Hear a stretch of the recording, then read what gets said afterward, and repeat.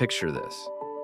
You're driving down the highway, minding your own business, when suddenly a black sedan swerves across 3 lanes of traffic, completely cuts you off, and tears down the road, weaving dangerously between cars.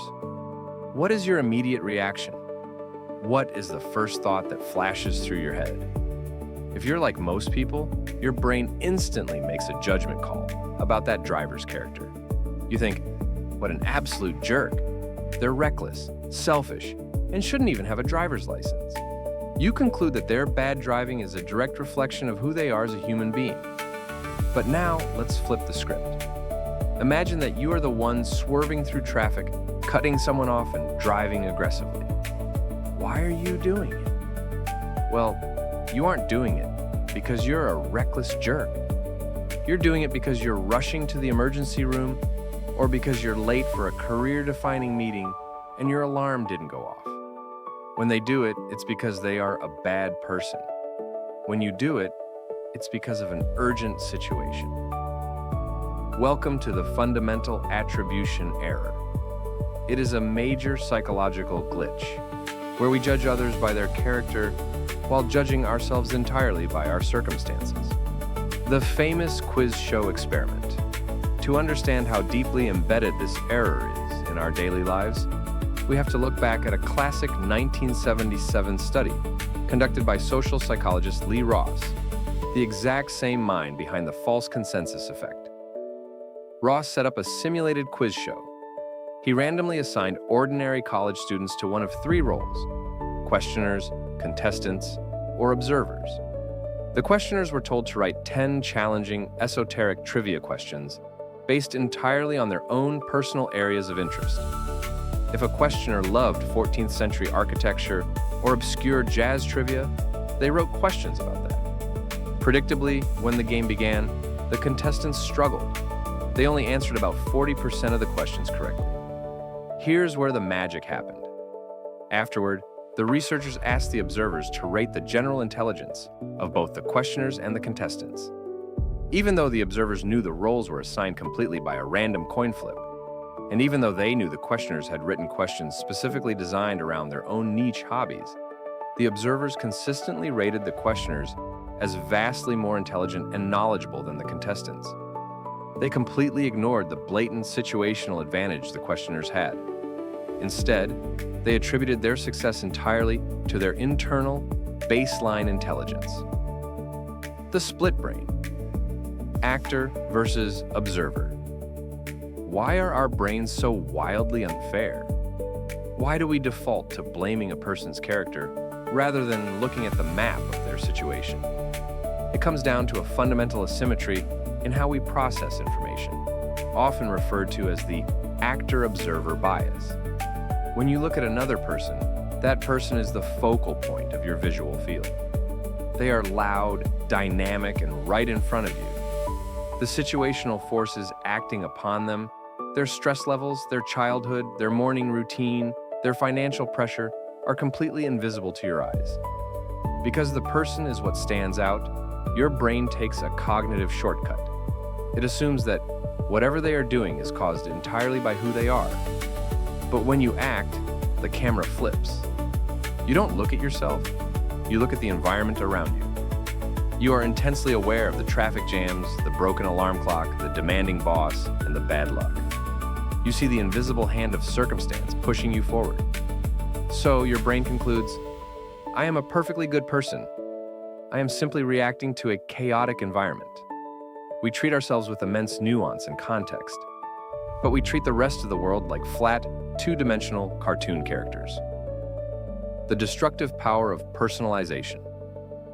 In everyday life, the fundamental attribution error is a quiet wrecking ball for relationships, corporate culture, and societal empathy.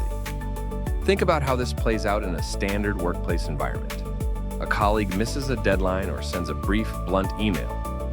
If you fall into the attribution trap, you don't think, wow, they must be completely overwhelmed or handling a personal crisis right now. Instead, your brain defaults to, they are lazy, unprofessional, and have terrible communication skills. Because you've pathologized their character rather than analyzing their environment, you react with hostility. This triggers their defenses, and suddenly, a minor situational mishap escalates into a full-blown interpersonal war. On a broader scale, this bias heavily distorts how we view systemic issues in society. When we see someone struggling with poverty, homelessness, or addiction, the fundamental attribution error coaxes our brains into assuming it's a failure of personal willpower, laziness, or bad choices. We minimize the massive compounding situational factors like economic collapses, medical debt, or systemic disadvantages. By blaming the individual's character, we bypass the hard work of fixing the broken environments that shape human behavior. How the digital feed profits off judgment.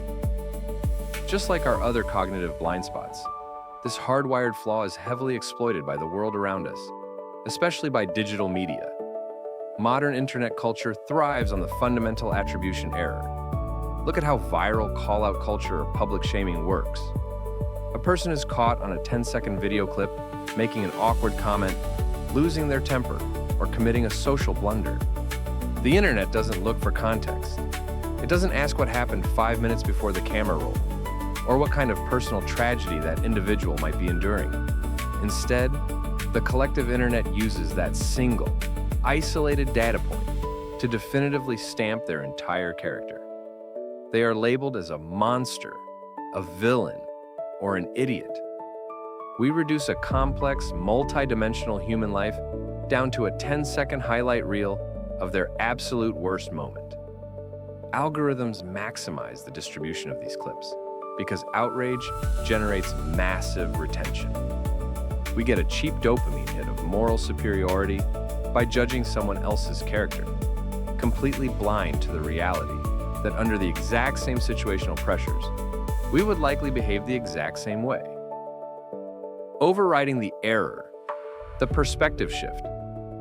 So, how do we dismantle a bias that operates entirely below our conscious awareness? You can't stop your brain from making that initial, lightning-fast character judgment.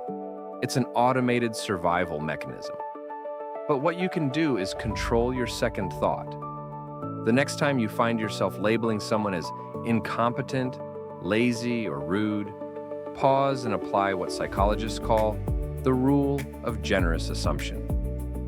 Force your brain to complete this sentence. This person is acting this way because, and deliberately fill in the blank with 3 plausible situational excuses. Maybe the slow cashier's working a double shift to pay for medical bills. Maybe the rude coworker just received devastating family news. Maybe the bad driver is genuinely panicking. You don't do this to excuse toxic behavior. You do it to keep your own mind sharp, rational, and objective.